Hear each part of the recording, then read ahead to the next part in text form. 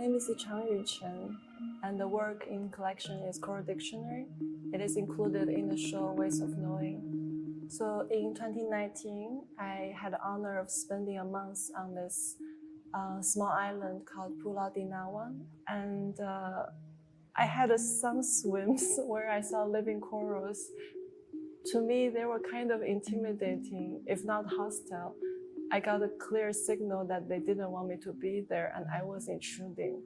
But when I retrieved back to the beach where tons and tons of fragments of dead coral bodies lay, hardened, hollowed, even kind of powdery, and I collected more and more, and I started arranging them into certain order according to their shapes. I was so educated by their fluid relationship to language.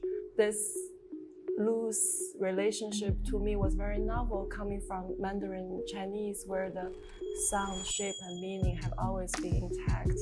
This kind of open and flexible attitude to language made me feel like I can make my own. And I've met corals, which turned out to be a perfect object for the skill I have, which is Soviet Union style Chistyakov system, that is pencil drawing.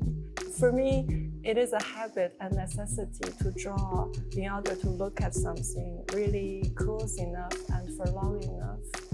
And it made me realize that the language is not some authoritarian paradigm that's imposed onto the people, but language is accumulation of all the murmurs, of all the daily conversations, the redundant iterations, like true stories. They merge into a dictionary, and that's a language. But I think around the second year, I realized the danger of me forgetting words that I've already translated, so that I started to make a dictionary for myself. And initially, it was a long accordion because I felt I could always add to it. Accordion has that kind of a continuity, and because accordion is so long, it could be read by more than me. So the performance was also kind of an experimental pedagogy.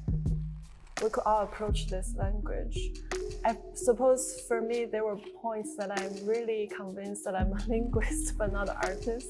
Instead of showing the work, I'm more interested in teaching it.